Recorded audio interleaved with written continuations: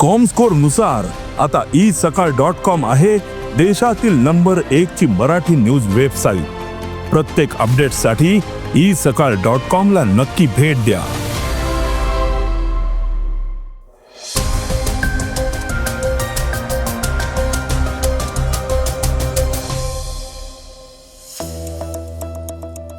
महाराष्ट्र शेतकरी कर्जमाफी योजनेसाठी सरकारने कडक निकष केलेत। सरकार देशभरात 21 नवीन ठिकाणी तेल आणि वायूचा शोध घेणार आहे। पाकिस्तानने युद्धाच्या नावाखाली अफगाणिस्तानची जमीन बळकावली आहे। महाराष्ट्र सरकारने दिव्यांगांसाठी एक मोठा निर्णय घेतलाय।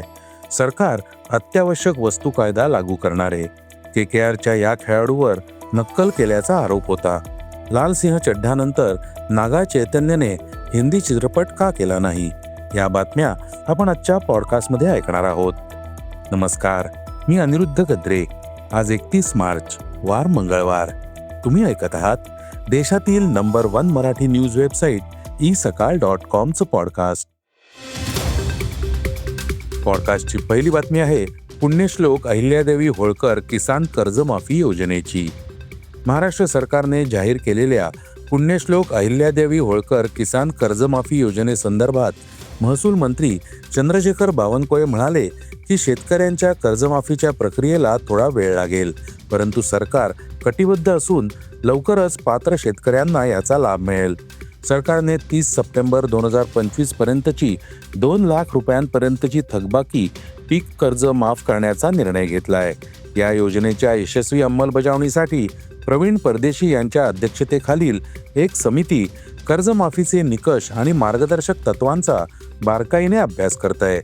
मंत्र्यांनी स्पष्ट केलं की गरीब आणि अल्पभूधारक शेतकऱ्यांना प्राधान्य देणं हा सरकारचा मुख्य उद्देश आहे।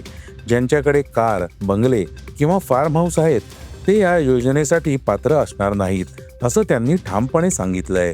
कर्जमाफी योजनेमुळे राज्यातील अंदाजे 28 ते 30 लाख शेतकऱ्यांना थेट फायदा होण्याची अपेक्षा आहे।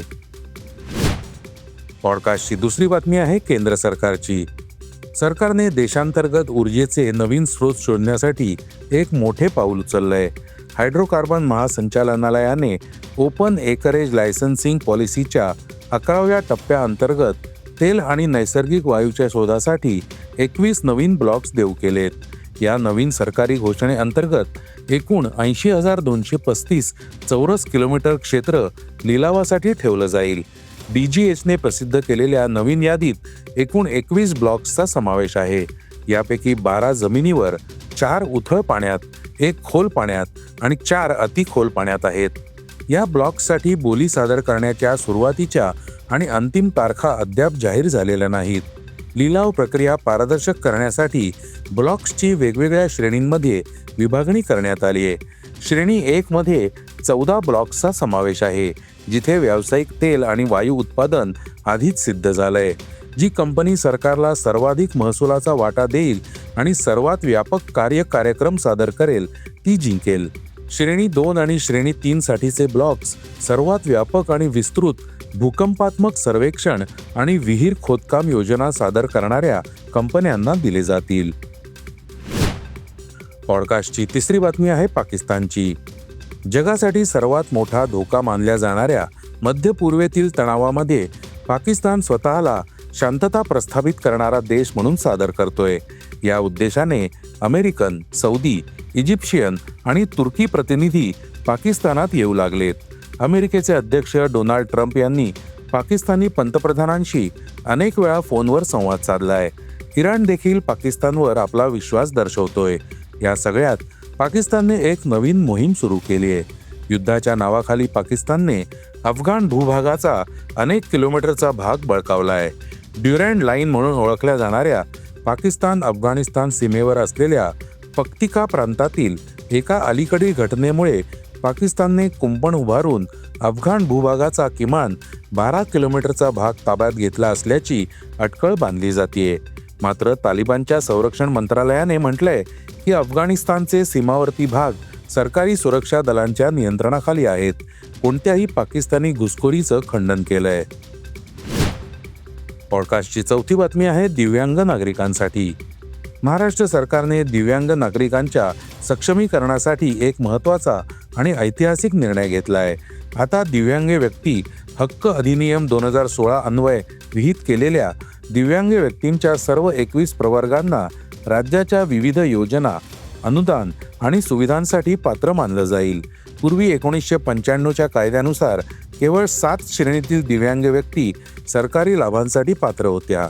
2016 मध्ये नवीन कायदा लागू झाल्यानंतरही अनेक सरकारी विभाग जुन्या नियमांनुसारच कार्यरत राहिले, ज्यामुळे अनेक पात्र व्यक्ती लाभांपासून वंचित राहिले होते.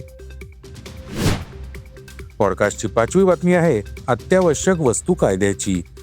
पश्चिम आशियातील बदलत्या परिस्थितीच्या पार्श्वभूमीवर मोठ्या प्रमाणातील औषधांच्या किंवा सक्रिय औषध घटकांच्या किमतींवर नियंत्रण ठेवण्यासाठी आणि साठेबाजीला आळा घालण्यासाठी अत्यावश्यक वस्तू कायदा लागू करण्याची गरज आहे का, याचं सरकार मूल्यांकन करतंय. या प्रकरणाशी संबंधित सूत्रांनी सांगितलं की परिस्थितीचा आढावा घेण्यासाठी औषध निर्माण विभाग उद्योग अधिकाऱ्यांसोबत बैठका घेत आहेत. फार्म एक्सिल्सचे अध्यक्ष नमित जोशी यांनी पुष्टी केली. काळा बाजार आणि साठेबाजी रोखण्यासाठी सरकार आमच्या उद्योगाकरता अत्यावश्यक वस्तू कायदा लागू करण्याची योजना आखतंय. आम्ही अंतिम निर्णयाची वाट पाहत आहोत. आम्हाला आशा आहे की पुरवठा साखळी लवकरच पूर्ववत होईल. पॉडकास्टची 6वी बातमी आहे क्रीडा क्षेत्रातून. जागतिक क्रिकेटमधील सर्वात यशस्वी वेगवान गोलंदाजांपैकी एक असलेल्या डेल स्टेनने KKRचा गोलंदाज कार्तिक त्यागीच्या गोलंदाजीच्या शैलीवर प्रश्नचिन्ह उपस्थित केलंय. मुंबई इंडियन्स विरुद्ध त्याची गोलंदाजी पाहिल्यानंतर त्याने आपली शैली पुन्हा बदलली असल्याचं दिसत असल्याचं स्टेनने म्हटलंय. डेल स्टेनने कार्तिक त्यागीच्या एक्स हँडलवरील गोलंदाजीबद्दल आपलं मत व्यक्त केलं. तो म्हणाला, कार्तिककडे वेग आणि कौशल्य आहे, पण मला वाटतं की त्याच्यात स्वतःच्या क्षमतेवर आत्मविश्वासाची कमतरता आहे. काहीतरी वेगळं करण्याच्या प्रयत्नात तो इतर गोलंदाजांच्या ॲक्शनची नक्कल करतोय. इतर गोलंदाजांचं अनुकरण करणं चुकीचं नाही, त्याचे फायदेही आहेत, पण एका विशिष्ट पातळीनंतर तुम्हाला तुमची स्वतःची गोलंदाजीची शैली विकसित करावी लागते.